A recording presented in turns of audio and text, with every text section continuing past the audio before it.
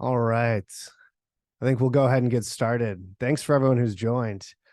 And welcome to Accelerating Growth, Crafting a Customer-Centered Sales Process, a webinar hosted by Iceberg RevOps. So I'm Brad Mora. I'll be moderating today. I'm CEO at Iceberg RevOps.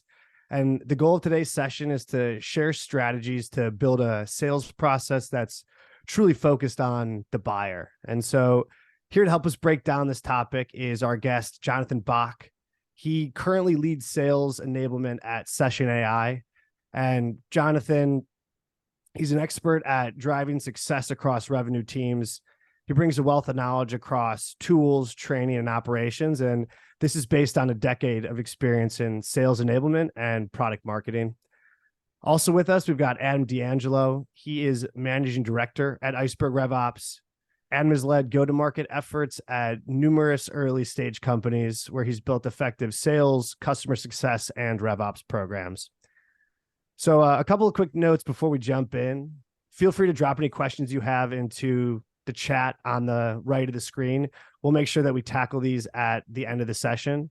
And then in addition to this, we're also going to be sharing out links, one to the webinar after the call, and then to a set of free tools that should help support a lot of the topics that we covered today. And so to the extent you have any questions on the webinar after the session or on the tools that we share out, definitely feel free to reach out to us and let us know if you have any questions or if you want to discuss anything further. And so with that, I'll kick things off. And so I think it's fair to say that we're currently in uncharted waters. What I mean by this is interest rates are high. We've likely been in a tech recession for the past 4 to 5 quarters. And so in tough economic times like this, it often forces sales and marketing programs to refine and evolve. And so given this, let's talk about the evolution in the sales process that you've observed over the past few years. Jonathan, can you kick us off? Yeah, absolutely, Brad. You bring up a lot of good points about the economy changing, and it's crucial to recognize that the environment that we're operating within, it's certainly part of the economy itself, but it's also an opportunity for companies to innovate and to optimize. And so in this sort of pre-recession period, we found that a lot of sales programs were very broad and relying heavily on quantity over quality. And so I think the sales process was often pretty generalized, and we casted a pretty wide net when we were trying to engage as many prospects as possible. And so I think part of that evolution as we go into this sort of post tough economic time market is to think about things like hyper personalization and refining our value proposition, thinking about our defined ICP market and our buyer persona. I think those are all key things, and some of the things we'll talk about today as well. But I think one of the most important things is hyper personalization. We've had this huge shift where with a tougher market, a lot of sales programs have shifted to this more customer-centric approach, and it's really about understanding the buyer and doing as much research as you can, and understanding their unique needs and challenges and their aspirations in their own careers and their own career growth. What's going to move them to make a decision, to want to work with you and to want to take a demo or a discovery call. And so the evolution is underpinned by advanced data analytics and different operational tools and allowing sales teams to be able to deliver these hyper-personalized messages. And we see this with tons of AI companies coming out with ways that you can quickly research your prospects on LinkedIn, learn more about the accounts, read their 10Ks, their financial reports, to really dive into their business and act almost as a consultant or an advisor to them rather than just selling to them directly.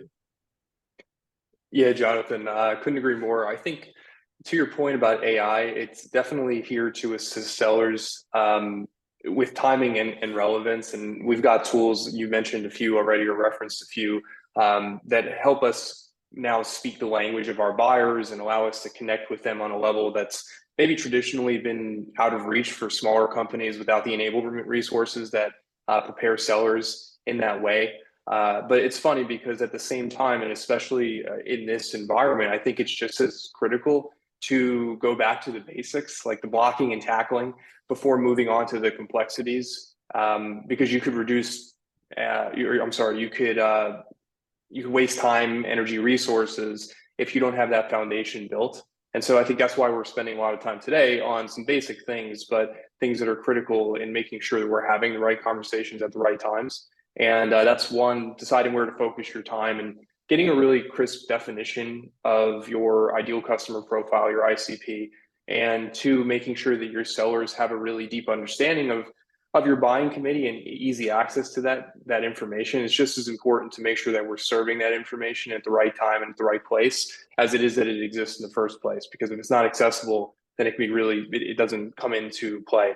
And I think just by like having focus on these two things, enabling your sales team effectively, your prospects are going to feel like your sellers know them, they understand them.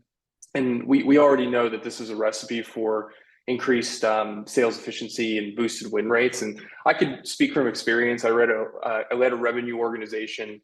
We were vertical agnostic, selling basically workflow enhancement software. And we could sell to almost everyone and anyone, which was great, but it was a gift and a curse. And as soon as the leadership team, including product, including customer success, as soon as we doubled down on focusing our efforts to refining that ideal customer profile and really improving the way that our reps align with the buying committee, we started to see those improvements that ultimately led to boosts in conversion across the funnel.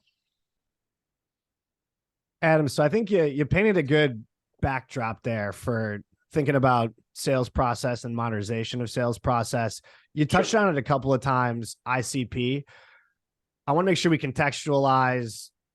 I mean, this is back to basics for some, but what an ICP is, and then let's get into some of the strategies for identifying, refining, and then actually utilizing this concept, because I think you make that important point that even though times have gotten tougher, there are more tools than ever and so forth, you can't lose out on the fundamentals of what it is that you're actually working against and who it is that you're selling to. Yeah, that's right. If you don't have that, you really have nothing. You could use every tool under the sun and it's still going to be a challenge. So the way that I think about it in simplest form, your ideal customer profile is what is the company that you want to win, right? It's that profile of your next good fit customer. And I think sometimes you've got some confusion around ICP and your buyer personas. So the buyer personas are about the people, they are the people in the company that you want to help take from A to B, to from problem to achieving some desired outcome based on your solution or your offering. And maybe a few recommendations before you actually get to developing that ICP. One, leverage historical data. So spend some time gathering data about your best fit and your worst fit customers, and use that to inform your profile development. And two, I mentioned it earlier, but let's make sure this is a cross-functional exercise. This isn't a sales thing. It's not a marketing thing. It's not a product thing. It's an all of the above thing. Bring in your customer success team. Make sure, if you're early stage, make sure your founder is participating in this and is vocal in this process. And it's amazing how perspectives from all of those different angles of the customer relationship will impact the results of that exercise. Start with one ICP. So it's tempting to create a few, especially when you do have a couple of examples of customers who maybe aren't within your core concentration, but start with one, get really good at executing against one of those, and then iterate from there. And then finally, it is an iterative process. So make ICP review part of your operating cadence. It's, different cadence based on stage and level of maturity, but make it recurring, quarterly, annual. It's important to capture the changes as they're happening in the market to your customers and also as your product evolves. Jonathan, do you want to jump into some of the components of a strong ICP as you see it? Yeah, I mean, absolutely. I think some of the components of a strong ICP, I mean, first of all, identifying the demographics of your target market are important. Things like thinking about I'm assuming some of the people on the call are early stage founders. Maybe the companies are a little bit bigger, right? The basics. Are you a B2C? Are you a B2B? What are the values that resonate with the psychographic data of your potential customer base? What about their buying behavior? How do the folks within this ICP market usually make purchase decisions? What kind of technologies are used? There's all kinds of tools out there, for instance, like data fogs, demand based, right? What software tools or platforms are the companies that you're reaching out to commonly using, and what kind of integrations and adoption behavior are there? Early adopters or late adopters of the technology that you're selling? Where are they located geographically, right? These are all components of an ICP. And I also think that, an ICP can change over time also due to a variety of different reasons. And so it's interesting because you want to, these changes to your ICP ensure that your sales and your marketing strategies remain targeted and effective. And so some of the reasons this might change is maybe you have an evolution of your product and diversification, right? So as your business innovates, you might launch new products or refine existing ones. And this could open up a door of new opportunities into new markets.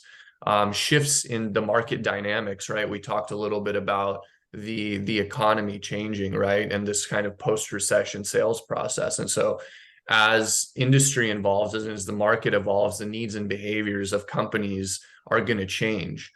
And so economic downturns or booms can influence purchasing behavior and budgets. And it also opens up this sort of new window for competitors as well. And so, I came from, I'm currently at a company called Session AI, where we traditionally would reach out to big box retailers, right? So we're a marketing AI company. We do early purchase prediction. So we know by the fifth click whether an anonymous shopper is going to make a purchase or not on a retailer's website. And so a lot of our customers are shoe companies, are big box retailers like Kohl's, cosmetic companies like Sephora. But we began to see that we would be a good fit for the travel and hospitality industry as well, because you have companies like Expedia or cruise lines like Celebrity Cruise Lines, where people are shopping for the best hotels and bundling packages with cruise dinner packages and hotels and activities. And so we found that our AI technology would work very well in this vertical as well. And so it's just an important thing to keep in mind as you're building your ICP. Things will change, and it's certainly a dynamic process to keep refining that ICP with your internal stakeholders. Yeah, and I think my favorite component of the ICP that I think sometimes tends to get missed here at Iceberg, we work with a number of early stage companies to help them define this and figure out how to execute on it. And trigger events sometimes goes under the radar. And I think trigger events, the way that I think about that is the intersection of timing and relevance, right? So it's what about this particular period of time makes this the right time for you to engage with that account. And it could be anything from a funding event to a job change to a number of other attributes about the profile, and then mapping that to why your solution is relevant for that trigger event and for that time period allows you to do a lot of that hyper personalization at scale, Jonathan, I think you referenced earlier. Adam, yeah, I think this thread got tugged on a couple of times while talking about ICP, but for the sake of making sure we cover each foundational part of the sales process, can you double click on ICP versus buyer persona, and then talk to me about the importance of buyer persona across within a B2B organization, how the committee that you might deal with, and how to layer this on top of an ICP? Yeah, sure. So ICP, again, that's what does your dream customer look like at the account level? And then your buyer personas are the people at those companies that are involved in evaluating and purchasing and ultimately using your solution. So think about them as the characters in a story about who you help, how you help them, and how you can or what they can achieve with that help.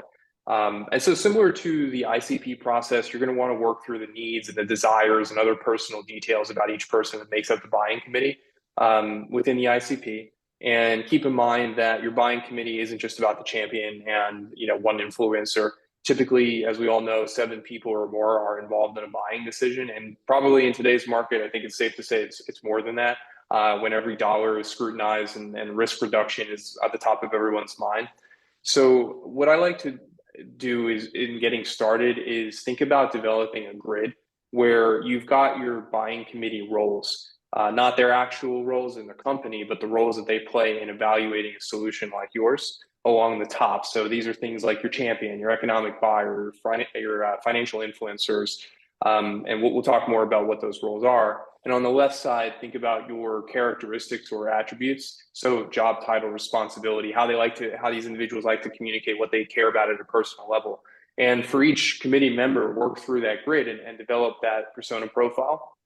And eventually, and the most important part of this is the enablement side, this data needs to be translated into useful information at useful times, like being inserted into your outbound messaging or your discovery call talk tracks, or into battle cards that are easily referenced based on the type of call that's occurring and the type of persona that your sales rep is speaking to at the moment.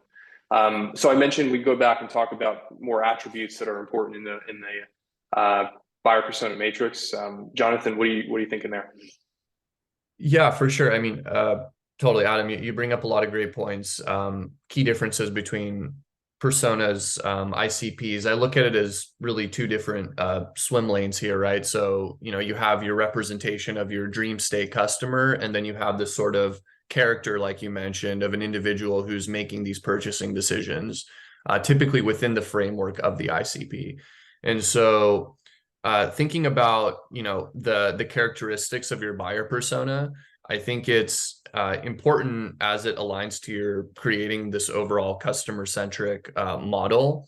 And, how the 2 relate is the way that I look at buyer personas is you have buying committees or buying groups. And so at the various companies that I've been at, the 2 that kind of stand out in my mind. So I was at a security company called Lacework, and then I'm at a company now called Session AI. Lacework was a highly saturated space where there was a lot of security companies, and buyers knew what they wanted much before they actually made a purchasing decision.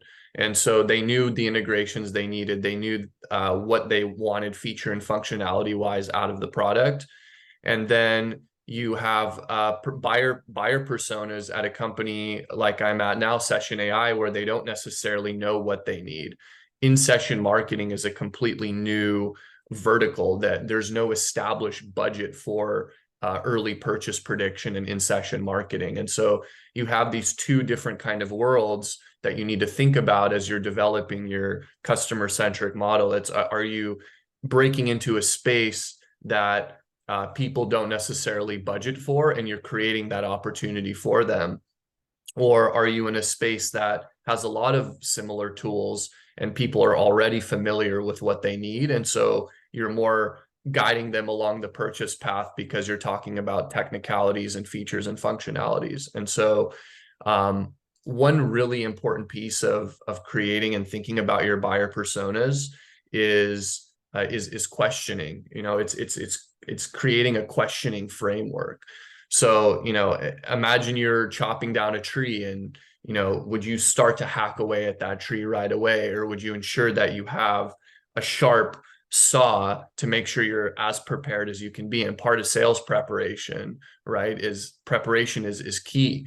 And so as we think about questioning, we want to establish a foundation for what are the right types of questions that we want to ask our buyer personas. So that way we fully immerse ourselves in the opportunity to speak to them in the right way and guide them along their purchasing path. I mean, have they purchased software before, right? What are they currently lacking that they wish they had? What risks are they trying to mitigate? What are the problems that they're trying to solve, right? How aware are they of your particular solution and the products in the market that you're in. And so these are all things you need to think about when you're creating this buyer persona. And of course, as it relates to your ICP as well. Yeah, that framework is critical. And so when I think about the actual actions of developing this buyer persona matrix, it feels like what we're talking about now is transitioning from the individual attributes to the story.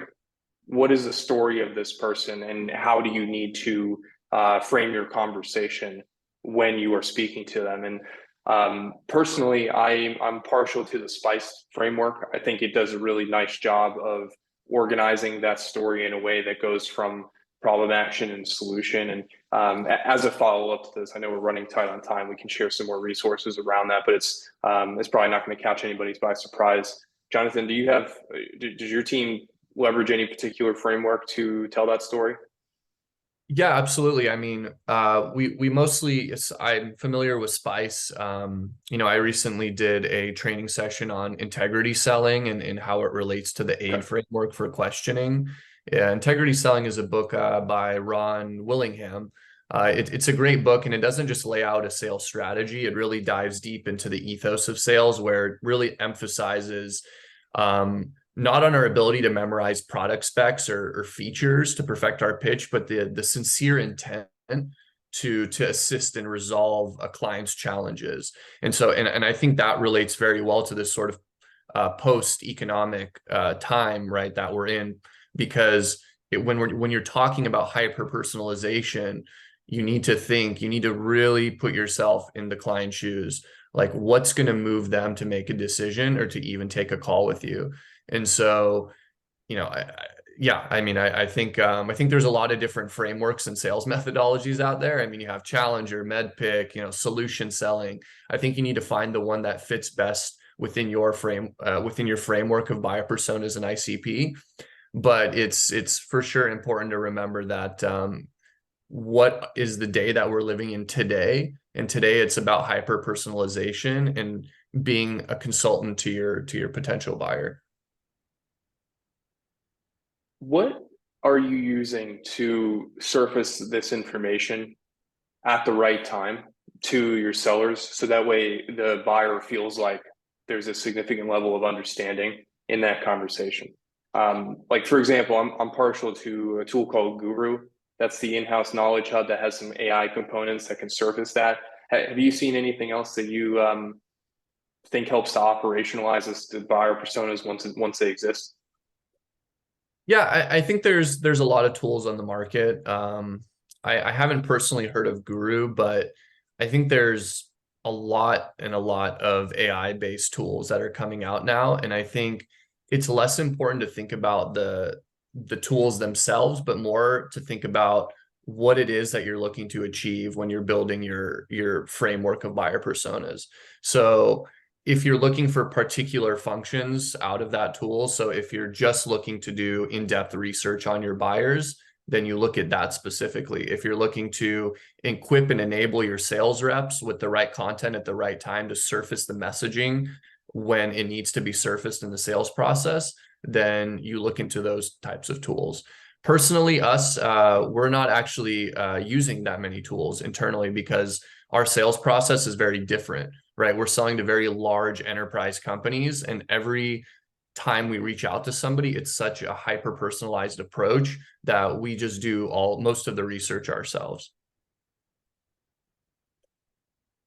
Yeah, that makes a lot of sense. And I think for me, again, in talking with a lot of early stage companies, there's often some level of ICP and buyer persona that's made its way into the organization's knowledge base at that stage.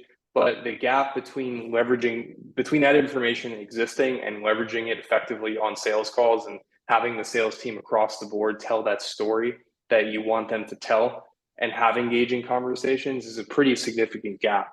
And so, there's this cross-section of material, internal, enablement process, and the feedback loop on coaching and scoring those calls and providing the rep with those examples to change behavior going forward. That's critical. So, in leaving this, I know we're running out of time here, but in leaving this, don't just think about building these things. Think about how you help your sales reps execute on them once they exist. Awesome. I'll just jump in and say, if there are any questions from the audience, feel free to drop those in the chat now. Otherwise, as I said before, we're happy to field questions via email after the session as well. I think I just want to make one connecting thread from buyer persona down through truly mapping your sales activities to that buyer's journey. And I think you both did a really nice job of making that connection and recognizing the fact that you need to deeply understand the companies you're talking to, the buyers at those companies, and then the interactions between the many buyers at those companies, and then building stories and process for those people specifically. It's never going to be one size fits all. And it sounds like both of you have had varied experiences on building those sales activities for specific and different buyer journeys, but ultimately having that lens on build the journey for the person once you deeply understand them is critical for success in now what is a hyper personalized marketplace. I'll pause there if either of you have any closing thoughts. We're right at time. And then if any questions came in, happy to field those as well. Yeah, I was going to say, Brad, just as a closing thought for myself, I was up late last night. I don't know why, but I was reading about simulation theory and patterns in the universe. And, but, it got me actually thinking, I hate to sound cliche, but, much like a lot of things in the universe, right? Sales and customer behaviors, they exhibit patterns as well. And so there's a lot of repeatable triggers that lead a prospect to buy. And so I think patterns in even objections, for instance, like objections are pretty common across the board. We don't have budget. This isn't something we're looking for. We need to push this out to next quarter, right? There's things that correlate with market conditions, like you talked about, seasons, global events. There's so much stuff happening in the world right now, right? And it's recognizing and understanding that these patterns is the first step to creating a sales process. And so I think that the two were, I don't know, I saw a connection in my mind. I don't know how you guys feel about it, but that's kind of a closing thought for me. Good. I think you had hit on one of the questions that just came in, which are what are the symptoms of not having ICP or buyer persona locked in? And I think partially might be it's tough to follow and understand the patterns of a person if you don't have them dialed in yet. I might be making a loose connection there. One thing I did want to say is I think we had a couple questions come in on the recording and the tools. We will be following up with an email after this session with both the recording of this webinar and then also the tools that we mentioned regarding ICP, buyer personas, et cetera. I think with that, is there any other closing thoughts on symptoms of not having ICP or buyer persona locked in? I mean, from my perspective, typically it's the founder yelling, "What the hell is he talking about?" after listening to a call recording, right? It's just like, this is not the story that we wanted to tell. And when you are spending a lot of money generating leads, generating demand, right? Every single conversation is critical and there's a cost associated with it, and you're basically burning those leads.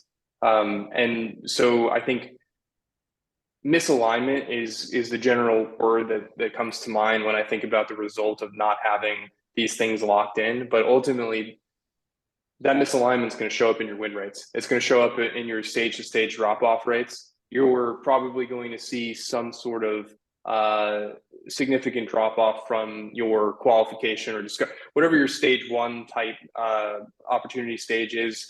They're not going to make it to deeper stages because there was that misconnection, and ultimately your buyer did not feel like you understand them. And we know that that's 80% of buyers are going to go with the solution that feels like where the seller feels like they were understood. And if that's missing, it's going to have a trickle down effect into your economics.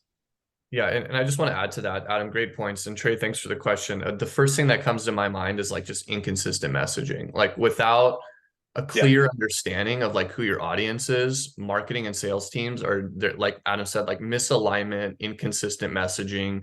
It's going to confuse your customers, right? Like somebody's going to hear one thing, somebody's going to hear another thing, and you're not going to know what's working, right? A lot of success at a company is determined with with a consistent pattern of like, we can't really determine success for an outreach sequence if everybody's sending and putting together a different sequence, right? We need to measure it based on one particular message, and we need to, and we can also include A/B testing, but that's certainly a symptom of not having, you know, a defined ICP or buyer persona locked in. And then of course, everything else Adam said too. Excellent. All right. I think we'll wrap with that. Thank you everyone for joining. Jonathan, thanks for joining me and Adam today. And yes, please reach out with any questions post webinar. The recording and tools will be sent out afterwards. So thanks everyone for hopping on today. We'll talk to you soon.